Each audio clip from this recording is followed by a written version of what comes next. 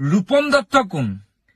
ৰূপম দত্তই এগৰাকী ছোৱালীক, কণমানি ছোৱালীক ৰূপম দত্তই মানসিক অত্যাচাৰ চলালে। ইয়াক নদী আৰু নাৰী জাগ্ৰত শক্তিয়ে তীব্ৰ ভাষাৰে গৰিহণা জনাইছে। তীব্ৰ ভাষাৰে গৰিহণা জনাইছে। ৰূপম দত্ত বহুত প্ৰশ্ন আছে, আজি উত্তৰ বিচাৰিম। ৰূপম দত্ত কোন? ৰূপম দত্ত ওলোৱাৰ পৰাহে হেনো ড্ৰাইভাৰসকল ভাল হবলৈ শিকিলে। মোৰ খুব হাঁহি উঠিছে এই কথাটো পঢ়ি। এজন সাংবাদিকে লিখিছে। মই কৈ দিছো শুনক, মই লখিমপুৰৰ পৰা গুৱাহাটীলৈ প্ৰায় 10 বছৰ বাছত অহা যোৱা কৰিছো। কোনো দিন এই যিসকল ছুপাৰৰ ডাঙৰ ডাঙৰ বাছ চলায় তেওঁলোকৰ ব্যৱহাৰ কোনো দিন বেয়া পোৱা নাই। ভদ্ৰ ব্যৱহাৰ, বস্তু অনাৰ লগে লগে ধুনীয়াকে উঠাই দিয়ে। এইটো ট্ৰেণ্ড আগৰ পৰা চলি আহিছে। আগতেও বাছ যিসকল ড্ৰাইভাৰ আছিল তেওঁলোকৰ সন্থা আছিল, তেওঁলোকে কিবা হোৱাৰ লগে লগে চকা বন্ধ বা কিবা কাৰ্যসূচী ঘোষণা কৰিছিল। ৰূপম দত্তই এগৰাকী ছোৱালীক, কণমানি ছোৱালীক ৰূপম দত্তই মানসিক অত্যাচাৰ চলালে। ইয়াক নদী আৰু নাৰী জাগ্ৰত শক্তিয়ে তীব্ৰ ভাষাৰে গৰিহণা জনাইছে। তীব্ৰ ভাষাৰে গৰিহণা জনাইছে। ৰূপম দত্ত বহুত প্ৰশ্ন আছে, আজি উত্তৰ বিচাৰিম। প্ৰথম এইটো শুনি লওঁ। আমি ধৰি নাথাকো আৰু তাই যদি মাক পঠায় তেনেহলে তাই কোৰ্টলৈ ধৰিব লাগিব। তাই ৰূপম দত্ত, আপোনাৰ এজন মই বিগ ফেন। ৰূপম দত্ত, আপোনাক মই বহু ক্ষেত্ৰত ফোন কৰিছো।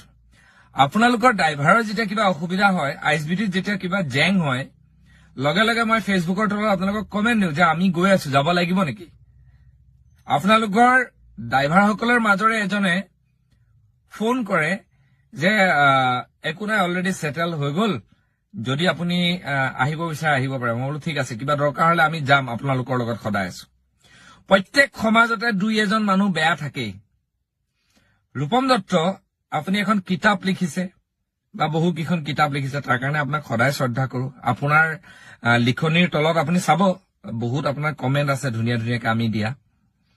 কিন্তু আপুনি এজনী সৰু ছোৱালীক, তাই ক্ষমা খুজক, তাই ক্ষমা খুজিবই লাগিব, আমুকলে দৌৰিবই লাগিব, বাছ বন্ধ হৈ যাব। কি মানে এইবিলাক? আপোনালোকৰ যদি ইমান অসুবিধা আছে, মই ছোৱালীজনীক ছাপোৰ্ট কৰিবলৈ যোৱা নাই। ছোৱালীজনী এজনী সৰু ছোৱালী, সৰুতে বহুত কথা আপুনিও নাজানিছিলে, ময়ো নাজানিছিলো। সৰুতে যে মানুহ ল'ৰা ছোৱালীবিলাকে বাইক স্পীড চলাই, সি জানি পেলাই চলাই নেকি? নচলায়। ড্ৰাইভাৰসকলে কিবা এটা দুৰ্ঘটনা কৰো বুলি কয় নেকি? নকৰে। কিন্তু এই যে আল্টা কিছুমান বাছ আছে, সকলো বাছৰ কথা কোৱা নাই, সকলো ড্ৰাইভাৰৰ কথা কোৱা নাই, ইমান স্পীড যায়, মানুহ গৈ ৰাস্তাৰ পৰা তলত পৰেগে। ৰূপম দত্তই কোনোবা দিনা এই বিষয় লৈ এখন সজাগতা সভা দিছেনে? ৰাস্তাত লাহে লাহে চলাবৰ কাৰণে ৰূপম দত্তই কিবা এটা সজাগতামূলক কিবা আনিছেনে? অলপ দিনৰ আগত কয়লা ভৰ্তি এখন ট্ৰাকৰ সৈতে এই কোনোবা এঠাইত এখন আল্ট্ৰা বাছত বহু কেইজন মানুহ আমাৰ মাজৰ পৰা হেৰাই গল। তাৰ কাৰণে কিবা এটা আন্দোলন ঘোষণা কৰিলে নে?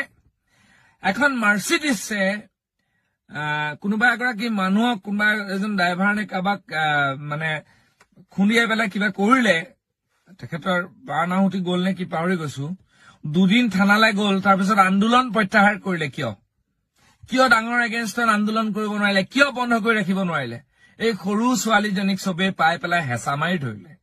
তাইক বুজাব লাগিছিল যে এনেকে নহয়। কালিতো তাইক ক্ষমা খুজি দিলে। এই ছোৱালীজনী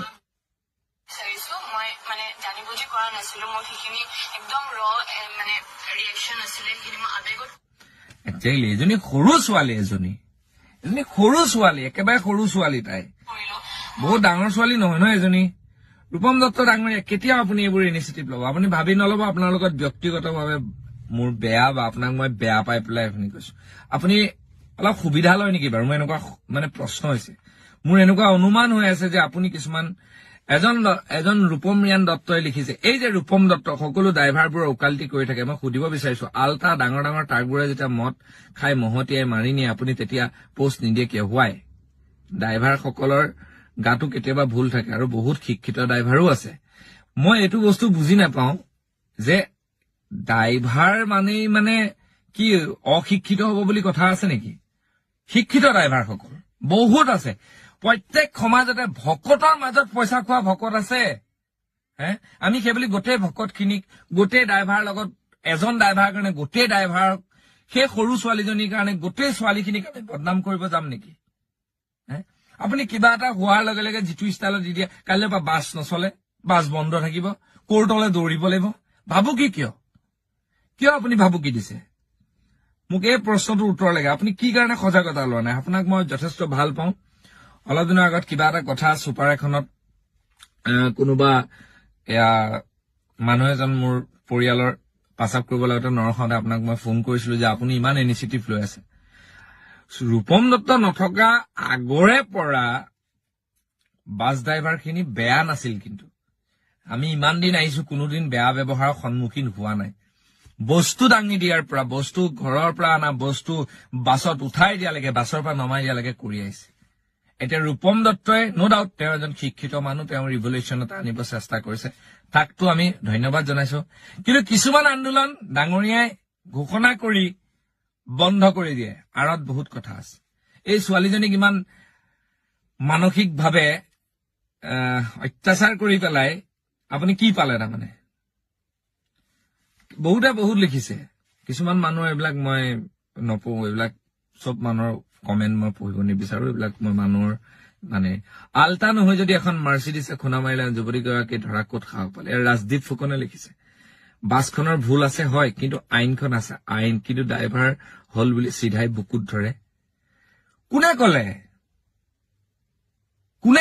ড্ৰাইভাৰ হল বুলি আপুনি মাৰক না কাইলৈ কাৰোবাৰ এটা খুনা আপুনি যদি পাই নাপায় আমি নিজে পাই থৈছো হে কোনে কলে অকল ড্ৰাইভাৰ হয় বুলি মই এখন গাড়ী চলাই গৈ কাইলৈ ক'ৰবাত কিবা এটা কৰোচোন এই বঙাইগাঁৱৰ কি এটা অঞ্চল বঙাইগাঁও লাইভত কালি চালো তাত দেখোন এগৰাকী মাইকী মানুহ এজন মতা মানুহ গোটেই লুঙি পিন্ধা মানুহ এইখিনি আহি পেলাই দেখোন আগুৰি ধৰি মেলি একদম শিক্ষিত মানুহ কিছুমানে দেখোন তেওঁলোকক ধৰি পথাৰৰ পৰা বাইক আনি ঠেলিয়াই গতিয়াই অৱস্থা নাইকিয়া কৰিছে সাংবাদিক মহোদয় ব্যৱহাৰ কথা বতৰা সাজ পোছাক আজিকালি বোলে বেলেগ হল গেঞ্জি পিন্ধি মূৰত পাগুৰি মাৰি গাড়ী চলাবলৈ এৰিছে ৰূপম দত্ত সফল আগৰ পৰা আপুনি কি চব ড্ৰাইভাৰে কি আগৰ পৰা এতিয়াও যিসকলে মূৰত পাগুৰি মাৰে মাৰিবই এতিয়াও মাৰিব হা আগতে আপোনালোকে কি কাৰণে মই বুজি পোৱা নাই আগতে ড্ৰাইভাৰখিনি বেয়া আছিল বুলি কৈ আছে মই কিন্তু বেয়া পোৱা নাই দুই এজন আছে যাৰ কাৰণে এই গোটেই সংগঠনটো বা এই যি গোটেই পৰিৱেশটো বেয়া কৰি থাকে গতিকে এইসকলৰ ওপৰত আপোনালোকে কিয় নকয় কিন্তু এই ৰূপম দত্ত আপোনাক কৈছো মই যে বাৰে বাৰে বন্ধ হৈ যাব কিবা হৈ যাব বাকীখিনি কৰক না যিখিনি ড্ৰাইভাৰসকলৰ ন্যায্য প্ৰাপ্তি আছে সেই প্ৰাপ্তিৰ দাবী কৰক না কিমান কম পইচাত তেওঁলোকে গাড়ী চলাই আছে সেইখিনি দাবী কিয় নকৰে পূজাৰ সময়ত এক মিনিট চকুত টোপনি নমৰাকে তেওঁলোকে গাড়ী চলায় আপুনি এইবিলাকৰ ওপৰত মাত নামাতে কিয় এইবিলাকৰ ওপৰত মাত মাতক আপুনি এখন দুখন কিতাপ লিখিলে বুলি ৰূপম দত্ত ডাঙৰীয়া আপুনি এগৰাকী সেই সৰু ছোৱালীক এনেকে মানসিক অত্যাচাৰ চলাবৰ কাৰণে আপোনাক কোনেও অধিকাৰ দিয়া নাই কিবা আছে আপোনালোক সংগঠন যাওক প্ৰথম গৈ পেলাই তেওঁলোকৰ আলোচনা কৰি ক্ষমা খোজা ভিডিঅ'টো দিয়ক তেওঁ যদি বিচাৰে আদাৰৱাইজ আপুনি নোৱাৰে এইটো কাম কৰিবলৈ তেওঁ ভুল কৰিছে মই নাই কোৱা যে শুদ্ধ কৰিছে 100% ছোৱালীগৰাকী ভুল কিন্তু সেই বুলিয়েই এনেকুৱা ধৰণৰ ব্যৱহাৰ কিন্তু অতি দুৰ্ভাগ্যজনক বুলি মই কলো ধন্যবাদ জয় অসম